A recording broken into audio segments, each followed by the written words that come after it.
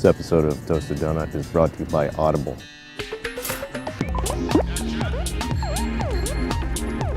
Is this still called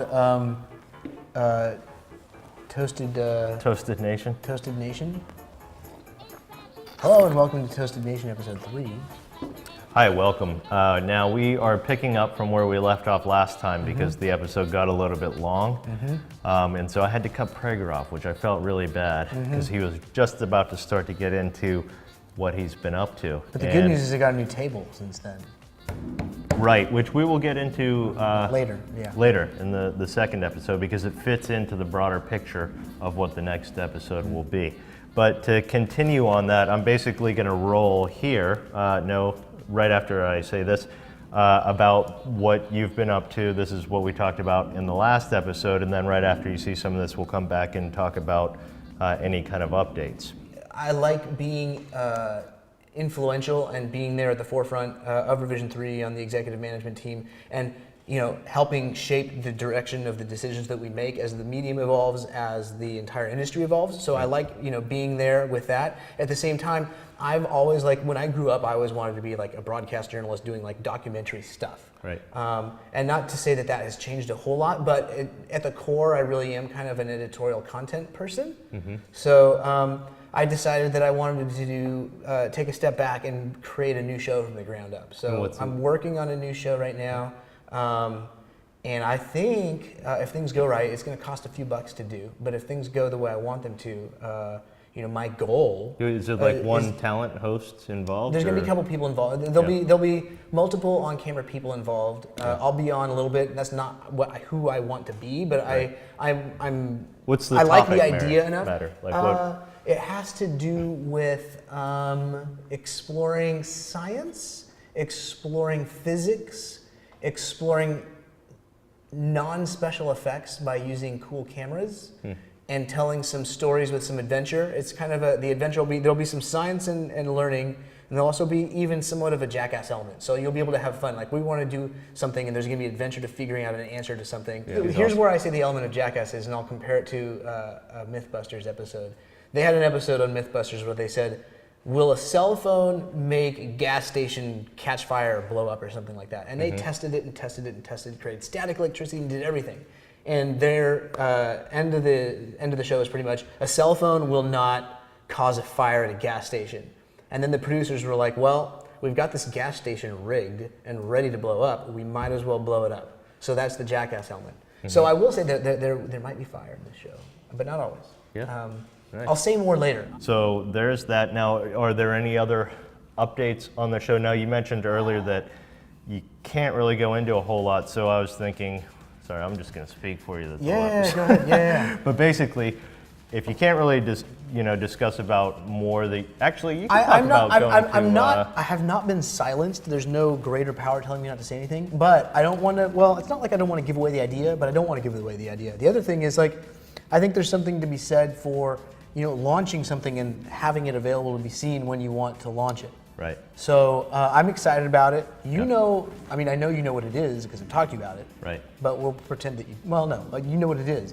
Well, so on top of that then, even though we can't go into that further, what are some of the things that go into making a new show? Who is somebody scouting for content online or I think this is an episode we could get into quite in depth and detail. We're way more in depth. We're in a different space than traditional show development from a traditional medium perspective. A lot of that still exists. We're not doing really high budget dramas, and we're not doing a lot of episodic, even sitcom type of stuff.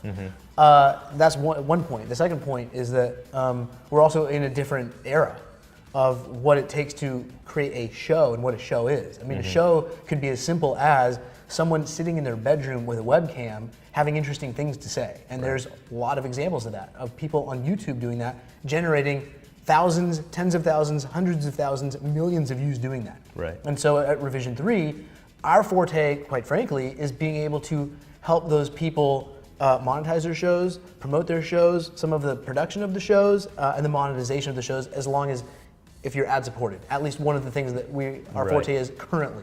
So are you not concerned about types of content? Like, are you not looking at it needs to be tech or it needs to be this or that? so Or is it more about like, this is going to generate the roots of income? the network, which was a fortunate circumstance, is that we were tech-minded and the early adopters were interested in technology content. So the combination of those two things was fortunate.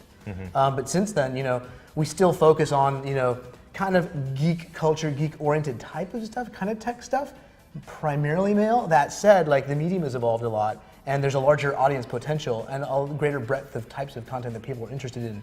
And so we'd be remiss to say that we're not looking for that, because we are. Sure. We want to make sure that we capitalize on our core, which I think we're doing a fairly good job of, and we still want to build on, but we want to expand beyond that as well. Right. And so one of the things that exists at Revision 3, as with any media company, is that we have an entire program development department or team that are constantly looking to foster new content, find new content, create new content. How many it just people so is happens. that? Well, the programming team itself, we've got a vice president of programming production, someone involved with in-house production, someone involved with seeking out and finding new shows or organizing new shows, finding people. How fun of a dealing job with is contract. that? You're just online, like watching videos constantly? Well, Is that- it can be tough, it can be stressful. There's a lot of elements. It just so happens that the person who's in charge of finding shows, curating shows, or, I don't know, maybe he can explain it better because he's sitting right freaking here. Shit. And on his business card, I forgot what it says, but it's cool. It says the organizer and finder of stuff. What is it? That's it. The organizer and finder of stuff. And his name What's is your name? Matt Labate. Yeah. Matt Labate. Or it's a labatte. I keep saying That's what labatte. you have to do. You have Yeah. to do the What- Italian is that hand. the beer? That's the Canadian version, dude. That's what they said in high school.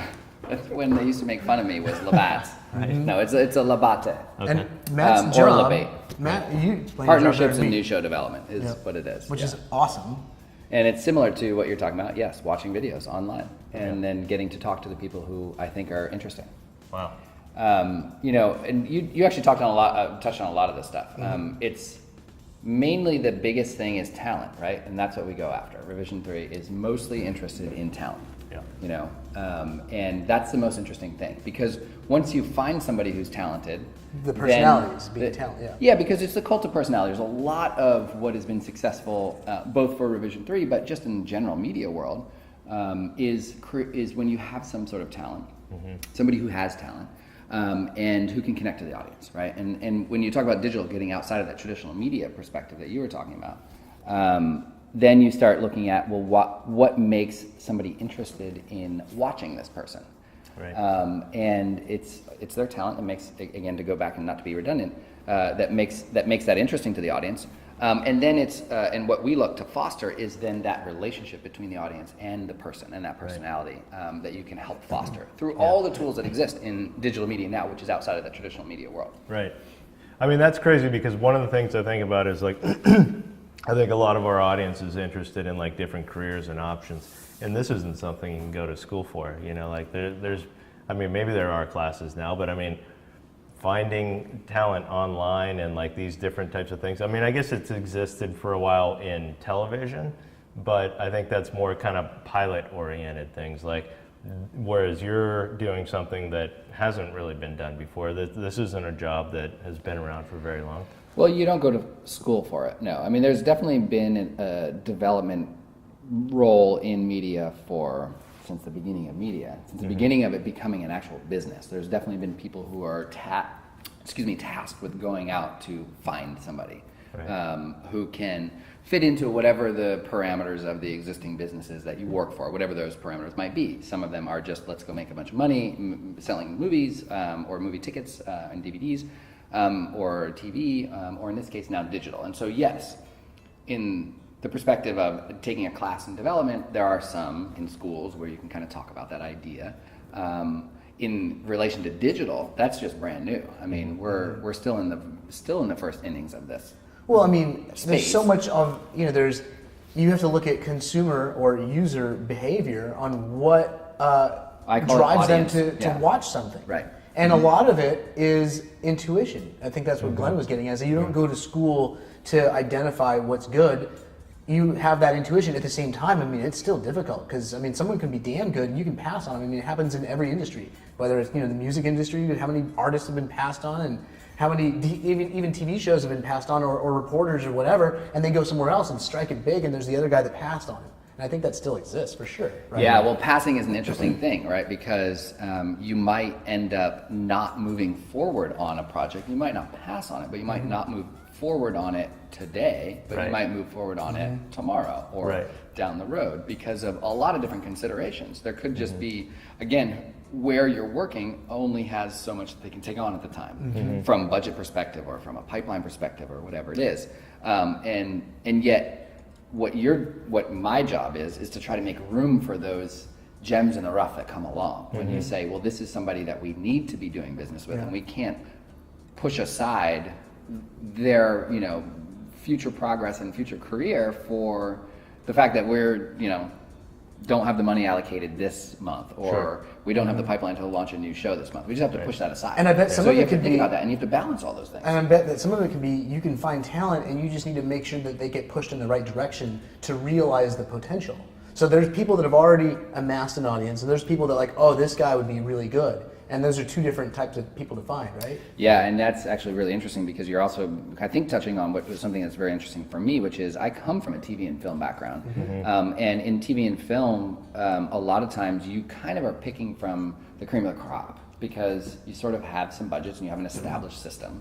In digital, you're doing something much harder and very different, which is that you're looking at this really much more raw and unformed talent who has gotten directly to an audience without all the traditional tools over here. And they've never been able to do that before. And now they've been put into this position where they have this soapbox or loudspeaker. I like that because it is, in a way, it's bringing about like talent with people that are authentic. Like they haven't gone to a school to learn how to do this, or they're not trained as acting. Like this is the true person. And that's something that's a little bit different than, talk shows maybe a little bit, but still you're getting people like that, they're young, they're like, holy shit, I've all of a sudden got this crazy audience. All I've been doing is being who I am. The barrier to entry is minimal. Like I was talking about, the person in their bedroom with the camera on. If you have something to say, like it's called, what is it? Disintermediation. You need a Twitter account to be able to say something. You just hope that people are looking at it, or a YouTube account. Obviously, like YouTube has all these. It's their CDN and they're paying for the bandwidth. But really, you have the opportunity to access an audience. Then you just need to find that audience and part of the identification of the audience is either having good social media savvy to get other people to go see it and tell their friends, as well as actually displaying the talent to build that audience more. Because you might be able to, you could give the stupidest person on the planet an audience of 1 million people by putting it on the right channel, but that person would have to be talented in the long run. It's almost become democratic in that all you have to be is talented. Oh, did we die? No, we were almost at the limit. 12-minute level. Wow. So before we get to the next part of the show, we want to thank the wonderful sponsors making the show possible.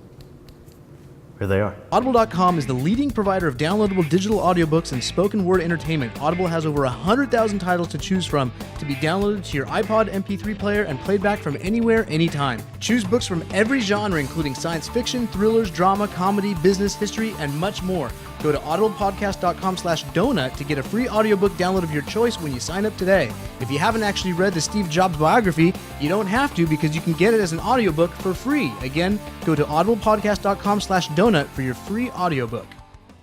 I was going to say it's almost democratic in that barrier to entry is almost zero, like you say. It's really just a camera like that, which could be a $500 camera. But could Glenn be a happens to have a $5,000 nice camera. Canon Mark III, 5D, sorry.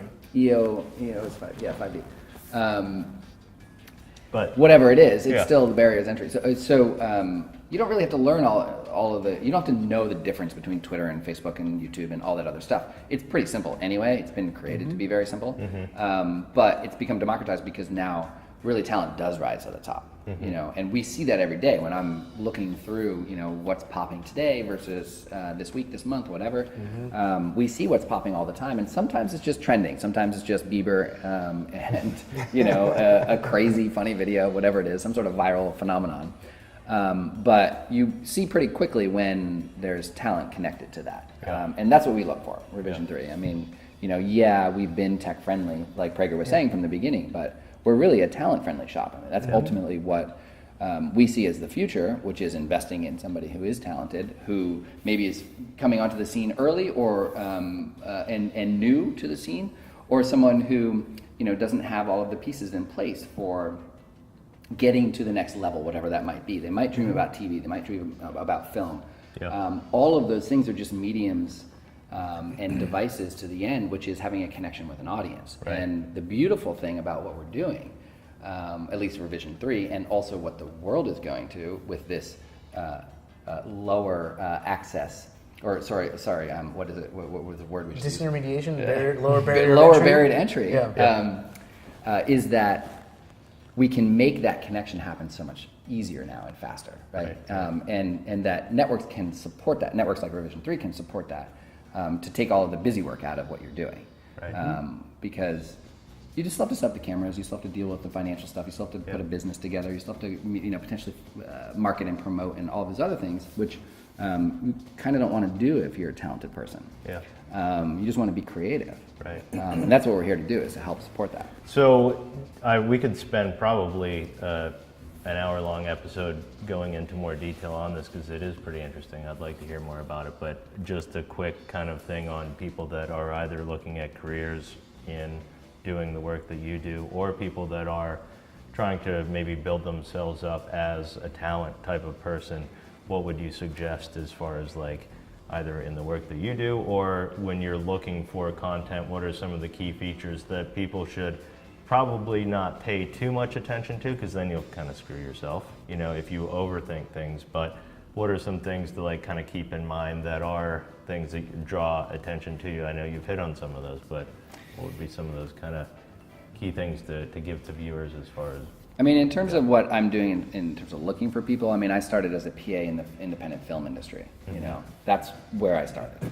Went to school for film and broadcast communications, and worked my way up to producing projects for Sundance, doing TV pilots, also working in commercials, doing still photography projects, etc. So that was my background, and I just sort of gravitated towards the side that I'm in now, which is helping people get to realizing their creative dreams. In terms of somebody who wants to do this as a creator, really the main message is just get out there and do it. It's cheap to get something in terms of recording images. Yeah, so instead of pitching someone, which is, if you want, again, the broader elements that Revision 3 would provide are monetization, distribution beyond, just like the YouTube type of platform, marketing and promotion to some extent. Well, that's right, because there are people out here like me and then production support. That's right. So there are people like me out here looking for. But you can create content without any of that. And so you can almost, there's no reason to pitch an idea, start making it. I mean, yes, a lot of ideas do require a decent amount of capital, but a good amount of them require not very much, and it's still falling because, video cameras don't cost much. Editing software doesn't cost much anymore. Anyone can create content if they're creative people. And there's some technical savvy that's in there. Yeah, I mean, if you're going to do something that's really visual effects heavy, then you need some budget and you need some time. Right. And you need some talented people, likely. Or, a small group of very talented people. But if you're just talking about talent popping to the top, what David is saying is true. You can just do that on your own. That's the simplest thing in the world. All the tools are free. And then what will happen is that there will be people out there who are looking, and that's me, and a lot of others out there who are looking for you, and will find you, and will say, hopefully if we're the right people, we'll say, what is it that you're doing? Where would you like to go? How can we help you with what you're doing now, and how can we help you to get to where you're going? And that's what you as a talent should be doing, and thinking about when you get connected to or contacted by these, the scouts that are out there. It's kind of what I'm doing is sort of being a scout. Yeah, and I think also to add to that, I've had a few people that are like, hey, can you pass on my pitch for a show? And it's like, well, start from building it up like you're saying, it doesn't cost much to get all the gear and editing equipment.